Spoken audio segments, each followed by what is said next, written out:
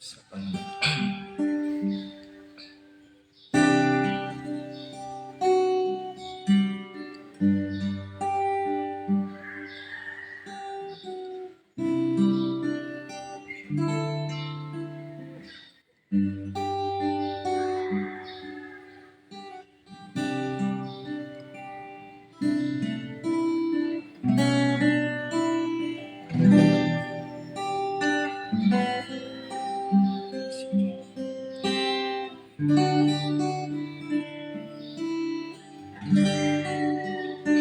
Amen. Purihin po ang Panginoon. Salamat po sa umaga pong ito.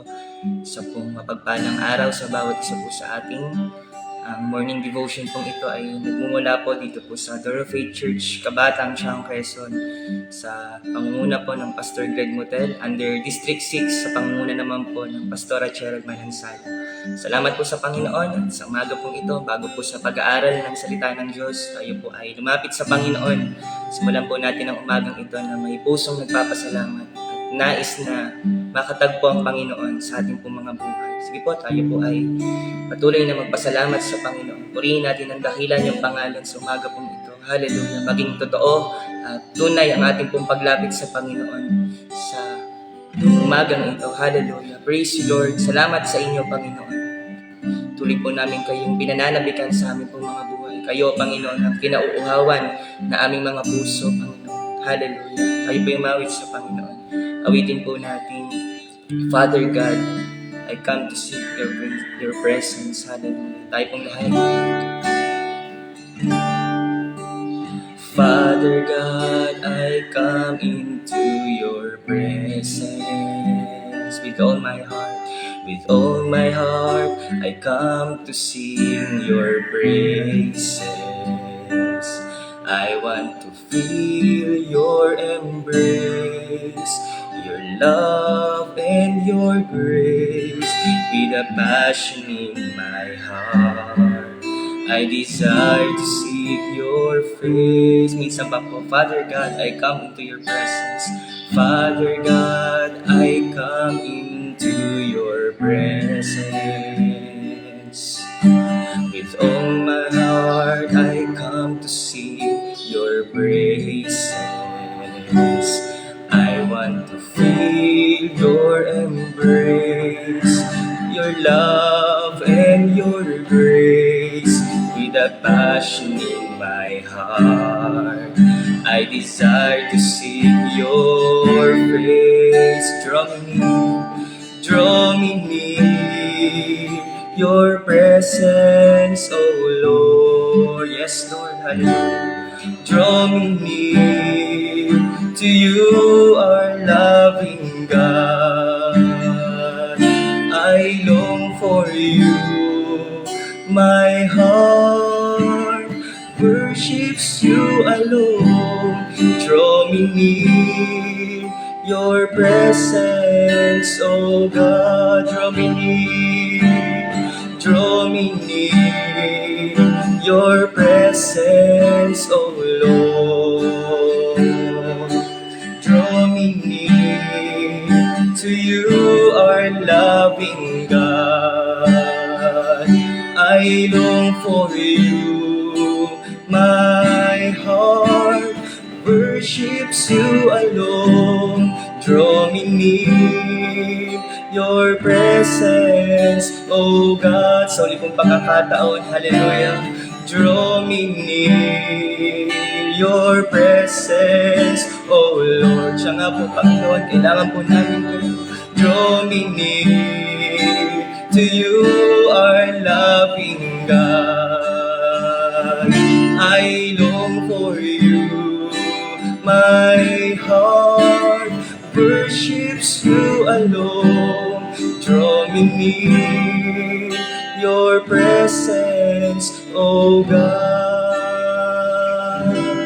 Draw me near, your presence, oh Lord. Draw me near, your presence, oh Lord. Hallelujah. Salamat sa inyo, Panginoon. Tuloy po kami lumalapit sa inyong presensya, O Diyos.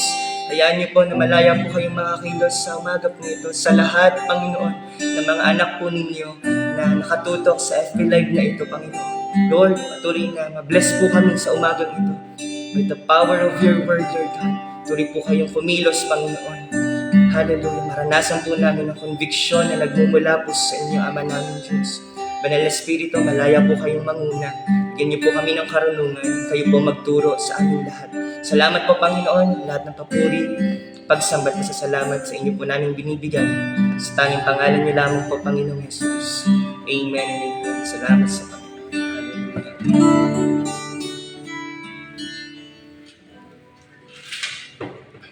Salamat po sa ating Panginoon. Ang Diyos po natin ay hindi bumibigo. Amen po ba? Sa kagandahang loob ng ating Diyos ay patuloy po tayong may buhay, may hininga. Amen? Tayo po ay nakakasilay ng bukhang liwayway sa umaga pong ito. Kaya yaan niyo po na magpatuloy po tayo sa ating pong morning devotion sa pamamagitan naman po ngayon ng pag-aaral ng kanyang mga salita.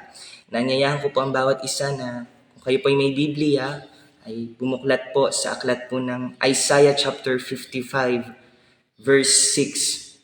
Inuulit ko po sa aklat po ng Isaiah chapter 55 verse 6. Purihin ang pangalan ng ating Panginoong Jesus.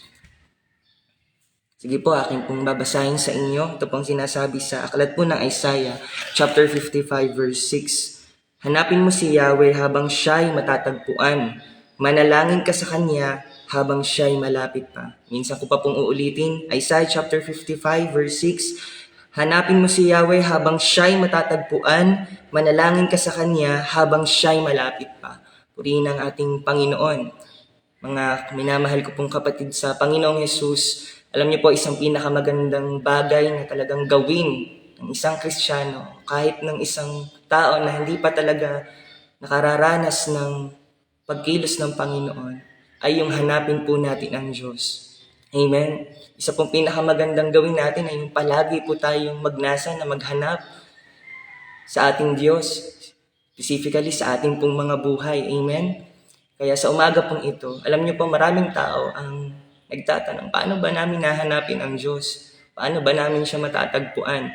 Paano ba kami magkakaroon ng totoong encounter sa ating Panginoong Diyos? Kaya salamat po sa Panginoon. Sa umaga pong ito, hayaan po natin ang salita ng Diyos ay malayang makakilos sa ating mga buhay. At tayo po ay mapalakas nito. Amen? Maturuan po tayo ng salita ng Diyos. Ano man ang ating pong kalalagayan sa buhay ngayon, ano man yung ating katatayuan, naniniwala po ako na ang Panginoon ay umaabot sa bawat isa po sa atin. May isang tanong lang na sa umaga pong ito ay nais po ng Diyos na ipaliwanag sa atin. Paano po ba talaga natin nahanapin ang Diyos sa ating pong buhay? Ano yung paraan na gagawin po natin? Mahalaga po kasi na tayo po yung naghahanap. Amen? Bilang mga Kristiyano at nakatanggap na sa Panginoon, o kung tayo po sa mga oras na ito first time po natin na makarinig ng ganitong pagpapahayag ng salita ng Diyos, sinasabi po sa atin ng salita ng Diyos na mahalaga na hanapin po natin siya. Hindi lang kahapon, hindi lang kanina, kundi sa bawat araw, hinahanap po natin ang Panginoon sa ating buong buhay. Dahil ito po ay nagpapakita ng ating pangangailangan sa ating Panginoong Hesus. Amen po? Ito po ay nagpapakita, ito po ay indikasyon na ang Panginoong Hesus ang siyang kailangan talaga po natin sa ating buhay at wala nang iba. Kaya kahit po ako at tayo pong lahat ay nangangailangan na hanapin po talaga ang Panginoon. At tayo po ay pinagpala sa umagang ito dahil tayo nagnasa na hanapin ang Panginoon sa pamamagitan ng ganito pong gawain. Ako po ay nagpapasalamat sa Panginoon dahil tayo po ay naghahanap sa Diyos. Ngayon kung nakikinig po kayo, kung kayo po ay nakatutok dito, ang Panginoon ay kumakatagpo po sa bawat isa sa atin. Amen? Ang Diyos, nais niya po na hanapin natin siya. Paano po ba natin siya hahanapin? Amen. Meron lang po ditong ilang punto na nais po nating bulayin sa umagang ito. Salamat po sa Panginoon. Una, mga kapatid, kailangan po nating alamin at kailangan talaga nating unawain ang Ebanghelyo at makumbinsi na ito po ay totoo. Inuulit ko po, kailangan po nating alamin ang Ebanghelyo at makumbinsi po tayo na ito'y totoo sa ating buhay. Meron po tayong babasahin sa Acts chapter 17. Meron po ditong nangyari. Dito po makikita po natin paano po nangaral si Pablo. Paano po nag-preach si Paul sa Acts chapter 17 verses 2 to 4. Kayo po may Biblia, maaari po kayong bumuklat.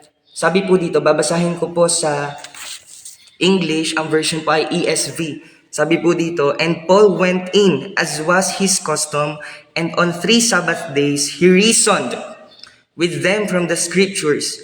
Verse 3, explaining and proving that it was necessary for the Christ to suffer and to rise from the dead, and saying, "This Jesus whom I proclaim to you is the Christ."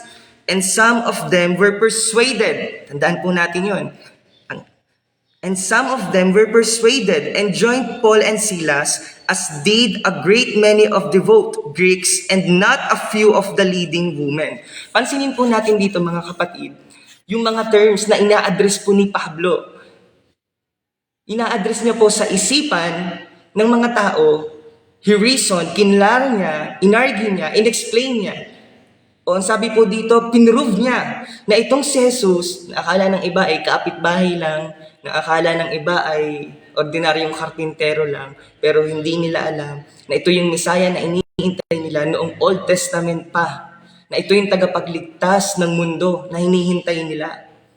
Kaya kailangan mga kapatid, tayo po ay makumpinsi. Sabi po dito, they were persuaded. Kung may nangangaral ng salita ng Diyos, kung tayo po ay nagbabasa ng salita ng Diyos, kailangan po yung Ebanghelyo o yung gospel na tinatawag po natin, tayo po ay makumbinsi sa katotohanan pong ito. Amen? Na si Jesus, alam po natin na siya'y bumaba, bagamat siya'y Diyos, siya'y nagkatawang tao. Ang kanyang laman ay inilipusta, kanyang laman ay hiniwa upang tayong mga makasalanan ay makapasok doon sa dakong kabanal-banalan, upang tayo po ay magkaroon muli ng relasyon sa Diyos. Ang kanyang dugo ay tumigis upang linisin ang ating mga kasalanan. At kailangan maging totoo ito at makumbinsi po tayo sa ating buhay. Kung hindi po tayo nakukumbinsi na ito po'y totoo, mahirap po sa ating mga tao na talagang mahanap at matagpuan po ang Diyos. Kailangan po nating alamin ang Ebanghelyo at makumbinsi na ito po'y totoo. Sa Colossians chapter 1 verses 5 to 7, basahin din po natin ito. Dito po may sinasabi din si Pablo. Basahin ko po sa version po ulit ng ESV. Sabi po dito, "Because of the hope laid up for you in heaven, of this," kausap niya po dito yung mga taga-Colossians, "you have heard," narinig nyo, "before in the word of the truth." Yun po yung tawag sa Ebanghelyo, word of the truth. "The gospel, which has come to you, as indeed the whole world, it is bearing fruit and increasing, as it also does among you, since the day you heard it and understood," mahalaga po yung salitang yon, "since the day you heard it and understood the grace of God in truth, just as you learned it from Epaphras, our beloved fellow servant. He is a faithful minister of Christ on your behalf." So yun po yung una mga kapatid. Kailangan naiintindihan po natin yung Ebanghelyo. Na si Kristo ay nag-alay ng kanyang sarili minsan at magpakailanman. Amen po ba? Upang maalis yung sentensya ng kapahamakan sa ating pong buhay. At tayo po'y maituring na mga anak ng Diyos. Kailangan ay kumbinsido po tayo sa katotohanan iyon. Kaya importante po na yung katotohanan po ng ebanghelyo po ni Kristo, may tagapagturo na ang Kristo po nila ay tao. Marami po ngayon na nangangaral ng salita ng Diyos na ang Kristo nila ay tao lang. Pero mga kapatid, ang ating Diyos na sinampalatayanan ay isang makapangyarihang Diyos. Siya ay ang anak ng Diyos. Sa kanila, ang Jesus nila ay hindi makapangyarihan. Isang propeta lamang. Pero sa atin po, na nananampalataya sa Panginoong Yesus, kailangan po malinaw po sa ating mga kapatid.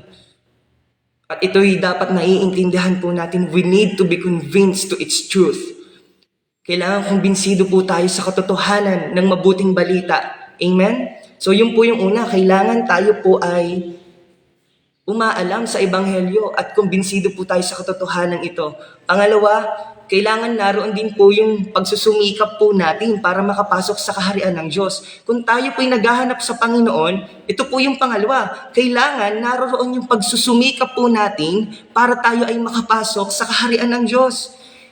Ibig sabihin, hindi pwedeng tayo ay tamad. Amen po. Hindi po pwedeng, baliwala lang yan. Saka na yung mga bagay na yan. May mga panahon para sa mga bagay na yan. Ang kaligtasan saka na yan. Hindi po tayo sigurado, baka bukas ay tayo mamatay. Hindi natin narinig ang katotohanan ng mabuting balita. Hindi tayo gumawa, hindi tayo kumilos, hindi tayo nagnasa, hindi tayo nagsumikap na makapasok dun sa kaharian ng Diyos. Totoong ang Diyos ang nag-grant ng ating kaligtasan, pero kailangan po natin kumilos. Kailangan po natin magsumikap upang makapasok sa kahariang iyon. Basahin po natin sa Acts chapter 2 verse 37. Tingnan po natin yung sinasabi po dito. Ang ganda po ng salita ng Diyos. Anong nangyari nang marinig po ng mga tao yung ebanghelyo po dito ng Panginoon? Tingnan natin ang response po nila. Sabi po dito sa Acts chapter 2 verse 37, si Peter po nag-preach, anointed siya ng banal na spirito at siya ay nangaral sa libu-libong mga Hudyo on the day of Pentecost sa Jerusalem. At dito po, basahin natin sa verse 37, chapter 2. Sabi po dito sa version po ng ESV, now when they heard this, yung pangangaral ni Pedro, they were cut to the heart and said to Peter and the rest of the apostles, brothers, what shall we do? Dito po, makikita po natin mga kapatid, pansinin po natin yung sinabi po ng mga kapatiran dito. Brothers, what shall we do? Ano ang gagawin namin? Nasa utak po nila, may gagawin sila. Nung marinig nila ang ebanghelyo ni Kristo, yung narinig nila ang pangangaral ng salita ng Diyos, ang nasa isip nila, ano po ang gagawin namin? Sa Acts chapter 16, naulit po iyon. Di po ba yung isang jailer na naroon? Ano po ang sabi doon? Basahin po natin Acts chapter 16, verses 30 to 31. Sabi po dito, then he brought them out and said, sirs, what must I do to be saved? Ano pong kailangan kong gawin para maligtas? And they said, believe in the Lord Jesus and you will be saved, you and your household. Pero napansin po ba natin dito yung desire ng tao? Sabi po doon, what must I do? Ano po yung action na gagawin po natin? Ready siyang kumilos. Handa siyang gumawa. Ano ang ipapagawa niyo sa akin? Gagawin ko ang lahat. Makapasok lang ako sa kaharian ng Diyos. Ang tindi po nung conviction na dumating po sa kanilang mga puso. Na-realize po nila na tayong lahat ay mapupunta ng impyerno. At wala po tayong ibang pag-asa talaga kundi ang Panginoong Hesus lamang po. Na tayong lahat ay nasa ilalim ng galit ng Diyos. At kapag naunawaan po natin iyon, yun po yung magbibigay sa atin ng pagsusumikap na talagang sundin at magsumikap tayo na pumasok dun sa kaharian ng Diyos. Sabi po sa Luke chapter 13, ano po sabi doon? Pagsumikapan ninyo na pumasok sa makitid na pintuan. Hindi po ito yung parelax-relax. Mga minamahal ko pong kapatid kay Kristo. Sa Luke chapter 16, meron din pong binabanggit doon na makatapos na nang ipangaral lang mabuting balita, ano po ang ginawa ng mga tao? Sila po ang lahat ay nagsumikap na pumasok sa kaharian ng Diyos. Nung naipahayag ng mabuting balita tungkol sa kaharian ng Diyos, ang mga tao ay nagsusumikap na pumasok dito. Amen? Sabi po doon, everyone forces his way on it. Mga kapatid, tayo po ba'y may pagsusumikap na pumasok po sa kaharian ng Diyos? Nais po ba natin na isang araw, masilayan po natin ang kagandahan ng Panginoong Diyos, na tayo po ay maging kabahagi dun sa kaluwalhatian po na nag-aabang po sa atin. Kailangan po tayo may pagsusumikap, mga kapatid. Kung tayo naghahanap sa Diyos, paano natin nahanapin? Kailangan magsumikap po tayo na pumasok sa kaharian ng Diyos. Amen po ba? Hindi po ito yung katulad ng typical na Pilipino na, okay, bahala na yan. Hindi po pwedeng bahala na, mga kapatid. Ang kaluluwa po natin ay papuntang impyerno. Hindi pwedeng bahala na. Maging concern po tayo sa ating mga kaluluwa. Kung gusto po natin talagang makasama at makamit natin ang ating kayamanan ang Panginoong Hesus, kailangan po natin magsumikap na pumasok sa kaharian niya. Sabi po ng salita ng Diyos, seek ye first the kingdom of God and His righteousness. Ang kaharian ng Diyos, saan po ba grounded yung kingdom of God? Sa salita po ng Diyos. Amen? Kailangan may pagsusumikap po tayong magbasa ng kanyang mga salita. May pagsusumikap po tayong makinig ng kanyang mga salita. Amen? Kaya salamat po sa Panginoon. Kahit na sa ganito pong mga online platform ay nakakapakinig po tayo. Naroon po yung pagsusumikap po natin. At kahit sa ating mga lugar, kung meron po dyan pagpapahayag ng Diyos sa ating mga pastor, pakinggan po natin. Mga Bible study, discipleship. Kailangan magsumikap po tayo sa mga bagay na iyan. Dahil yan po ang paraan para po tayo lumago sa pananampalataya. Amen? Naghahanap po tayo na sa Diyos. Naghahanap po tayo na maranasan natin ang presensya ng Panginoon. Amen po ba? Nawa ito po ay maging totoo sa ating mga buhay. Kung inyo pong matatandaan sa John chapter 3, ano pong sinasabi po doon? You cannot see the kingdom of God unless you are born again. At ipinapaliwanag din po doon na yung Espiritu ng Diyos ay maihahantiulad doon sa hangin. Na hindi natin alam kung kailan ito tatama, gaya ng mga nagsitanggap at humanap sa Panginoon. Hallelujah! Gaya ng mga ipinanganak sa Espiritu ng Diyos. Kaya alam niyo po, napakaganda ng illustration po nito. Ang isang hangin po kasi, saan po ba natin mas mararanasan yan? Totoo ang hangin, hindi po natin alam kung saan tatama yan at hindi natin nakikita. At ito ang sumisimbolo sa presensya ng Diyos, sa Espiritu ng Diyos, sa Holy Spirit. Hindi po natin alam, ang Diyos ay tiyak na gagawa sa kaparaanan niya, siya ay tiyak na kikilos sa nais niyang paraan at kagustuhan. At hindi natin alam kung sa paanong paraan po iyon. Pero malalaman natin kung saang lugar. Alam niyo po, ang hangin, saan po ba siya mas nararanasan? Kung tayo po may saranggola, magpapalipad po ba tayo sa loob ng sinihan? Magpapalipad po ba tayo sa loob ng kwarto? Hindi po. Saan po natin dadalhin ang ating saranggola para yun po ay pumailan lang? O yung iba po nagpapalipad ng saranggola sa mga open spaces, outdoor, o yung iba sa beach pa. Kasi po sa beach, mas malakas po ang hangin. So doon, lilipad po yung saranggola kahit hindi nila alam kung malakas yung hangin, alam nilang may hangin doon. Tayo po ng mga Kristiyano, mga kapatid ko, naghahanap po tayo sa Panginoon. Tayo po ay nagsusumikap, hanapin natin ang lugar na kung saan doon po natin mararanasan ang Panginoong Diyos. Totoo po ang Panginoon ay nasa sa lahat ng dako. Kaya lang naglagay po ang Panginoon ng iglesia, ng templo niya upang doon natin siya katagpuin. Tayo po ba'y nagsusumikap na lagi po tayong pumunta sa ating mga iglesia, umattend ng mga fellowship?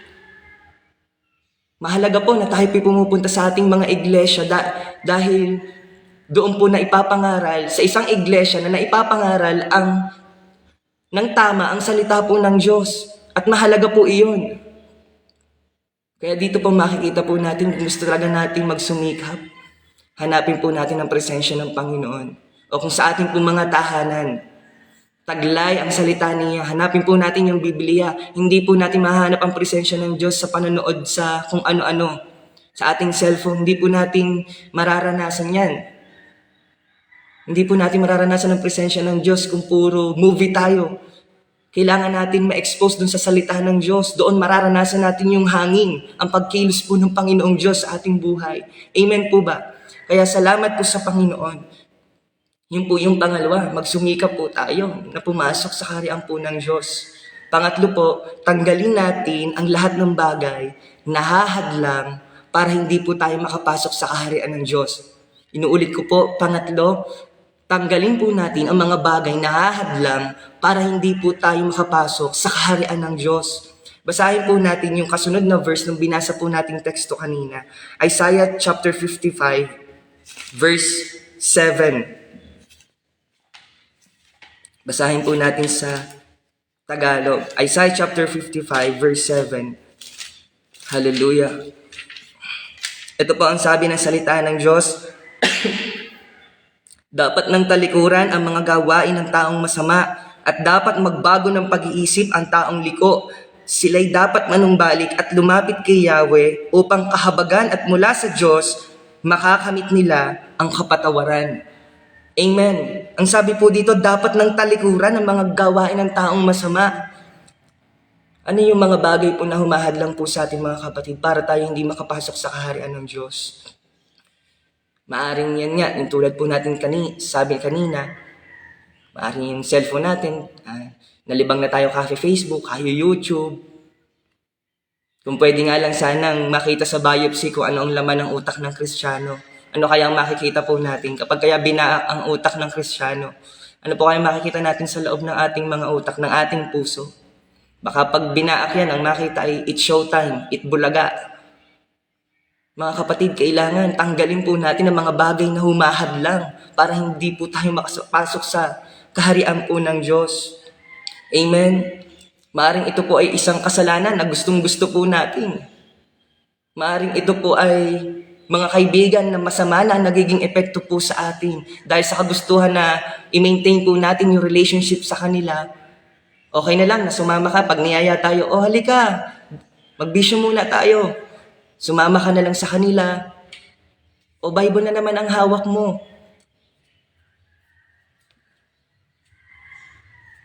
Kaya mga kapatid, mahalaga na tayo po ay nagsusumikap at tanggalin natin yung mga hadlang para hindi po tayo makapasok sa kaharian ng Diyos. Kung ito po ang mga bagay na ito nakahadlang, tanggalin po natin mga kapatid.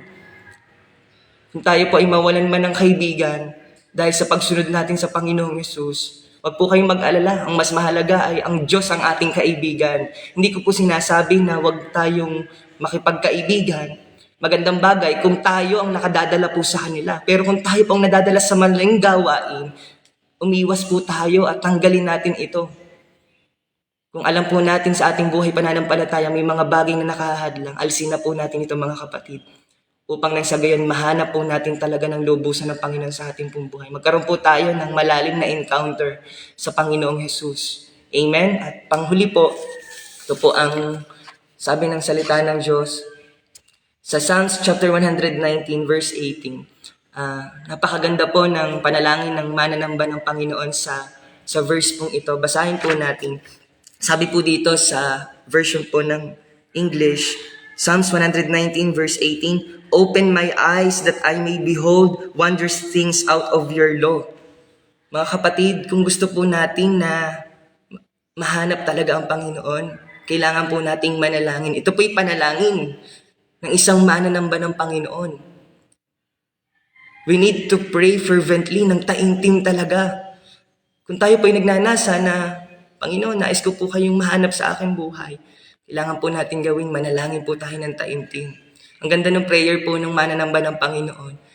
Lord, open the eyes.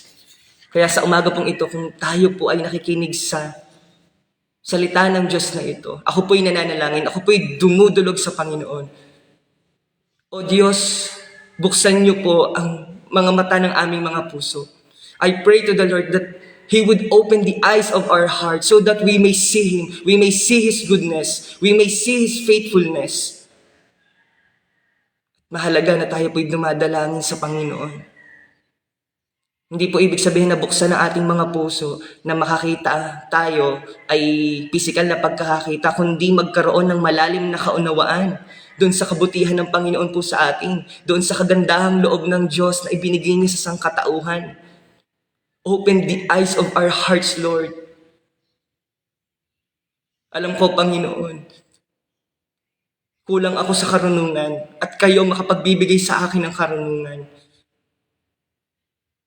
Tulungan niyo ko, Panginoon, na makita ko kung gaano kalaki ang aking kasalanan. Tulungan niyo ko, Panginoon, kung paano ko po kayo na-offend. Tulungan niyo po ako, Panginoon, na makita ang kagandahan ninyo, Panginoong Jesus. At napakagandang idalangin ito sa Panginoon. Alam niyo po noon, ako po kahit laki po ako sa Kristiyanong pamilya, laking Sunday school, anak ng pastor, alam niyo po, ako po'y dumating din sa punto na hinahanap ko po talaga ang Panginoon sa aking buhay. Minsan, naiinggit po ako sa iba, nakikita ko po sila, tinatanggap nila ang Panginoon, pero bakit walang nangyayari sa akin? Lumaki lang ako sa Kristiyanong pamilya, pero yung buhay ko, hindi buhay Kristiyano po talaga. Kaya alam niyo po, nanalangin po ako sa Panginoon. Lord, ang puso ko po ay malayo po sa inyo. Nararamdaman ko po yung tigas ng aking puso. Nararamdaman ko po yung lamig ng aking puso. Alam ko po, hindi ko po kaya sa sarili ko na mahalin kayo ng lubos. Pero tulungan niyo po ako na ng aking buhay pong ito ay maisuko ko po sa inyo. Tulungan niyo po ako na kayo po ay mamahal ko rin ng lubos sa aking buhay. At mahalaga po iyon. Pray, pray. Seek the Lord. Gaya ng ating pong tema ng organisasyon, tayo po mismo, kung gusto po nating maghanap sa Panginoon, magmula sa ating mga sarili, tayo po maging isang tahanan ng pananalangin. Amen? Dahil ang ating buhay na ito, ito po isang lugar na pinananahanan ng presensya ng Diyos. Dito po nalulugod ang Panginoon. Amen? Nais po ng Diyos na tayo pong lahat, kung nais po natin siyang hanapin, katagpuin po natin ang Panginoon. Hilingin po natin sa Diyos na buksan niya palagi ang ating mga puso. Kung tayo po ay dumadating sa mga panghihina, sa bawat araw nagigising po tayo na tayo'y kulang, tayo po'y mahina. Mga kapatid, maging gaya po tayo ng mga tao dito sa New Testament, kung paano po ang Panginoong Jesus ay nagministeryo. Lahat ng tao na kanyang nakasalamuha, kung paano ang mga taong iyon ay desperado na makilala ang Panginoong Jesus. Sa bawat araw, nais nila nakatagpuin ang Panginoong Jesus. Sinasalubong na nila ang Panginoong Jesus. Sa bawat araw, ay mayroon po tayong pangangailangan na hanapin ang Panginoong Jesus. Kaya salamat po sa Panginoon. Sa umaga pong ito, napakasimple po ng mensahe po sa atin ng Panginoon. Kung nais po natin siyang hanapin. Nais ng Panginoong Diyos na maging totoo ang kanyang mga salita sa ating buhay. Makumbinsi tayo na ito po ay totoo. Amen. Magsumika po tayo na pumasok sa kanyang kaharian. Alisin po natin yung mga bagay na hadlang para tayo po ay hindi makapasok sa kaharian iyon. At tayo po ay manalangin. Amen. Tayo po ay palaging makipag-ugnayan sa Panginoon. Laan po tayo ng panahon na siya'y katagpuin natin sa ating buhay. Amen. Dili-diliin natin ang kanyang mga salita. Ibig sabihin, sa lahat ng gagawin natin, i-consider natin yung salita ng Diyos. Tama ba ito? Sang-ayon ba ito sa kalooban ng Panginoon? Na tumatayo po tayo palagi sa katotohanan ng kanyang mga salita. Amen. Salamat po sa Panginoon sa umaga pong ito. At purihin po ang Panginoon sa kanyang mga salita. Tayo po yung manalangin. Ama naming Diyos, salamat po sa umaga pong ito. Salamat sa inyong mga salita na nagiging pag-asa po namin, na nagtuturo po sa amin. Salamat po sa inyo dahil ito po isang paalala sa amin bilang mga Kristiyano at kung ngayon pa lamang po kami nakapakinig ng inyong mga salita, Lord, open the eyes of our hearts. Maunawaan po namin ang lalim ng inyong pag-ibig, ang lawak ng kagandahan ng inyong loob para sa aming lahat. Salamat po sa inyo, Panginoon, manatili pong nag-aalab ang aming mga puso, na palaging magpuri sa inyo, na sumamba sa inyo, Panginoon. Laging hanapin ang presensya po ninyo, O Diyos. Salamat po, O Diyos. Sa inyo ko po tinatagubilin, Panginoon, ang bawat isa po sa amin. Dumadalangin po ako ng kalakasan, O Diyos. Pagpapala, Panginoon, sa spiritual, sa pinansyal, Panginoon, sa pamilya, Lord God. Kung may nanonood po ngayon na nangangailangan ng kagalingan, Lord, I pray for healing, Lord. In the name of Jesus. Kung mayroong mga sugatan, kung may mga nalulungkot, Panginoon, Lord, palakasin niyo po sila. Sabi niyo po sa inyong mga salita, pinagpala ang mga dukha sa Espiritu. Ibig sabihin, Panginoon, kung kami lubos na nangangailangan sa inyo, pagpapalain niyo kami ng kalakasang espiritual na kakailanganin po namin. Salamat po sa inyo, Ama. Banal na Espiritu, malaya po kayong palaging gumawa sa amin. Hayaan niyo po na mayakap po namin ang inyong mga salita. At sa pagpapatuloy ng aming pananampalataya sa pakikibaka po namin, Panginoon, nawa hindi po mawala yung aming pong desire na laging hanapin po kayo, O Diyos. Salamat po, Panginoon. Patuloy na kami po ay nagbibigay ng karangalan sa inyong pangalan. At sa buong maghapon pong ito, Panginoon, kayo lamang pong mangunat maghari sa aming mga buhay. Salamat po sa inyo. Ang lahat ng kaluwalhatian, O Diyos, kayamanan, kapangyarihan, ay tanging sa inyo lamang po namin binibigay, Panginoon. Purihin kayo't dakilain. Ito pong aming sama-samang panalangin. Sa pangalan niyo po, Panginoong Jesus. Amen and amen and amen. Salamat po sa Panginoon. Purihin po ang Diyos sa buhay po ng bawat isa sa atin. Sa Diyos po ang kapurihan.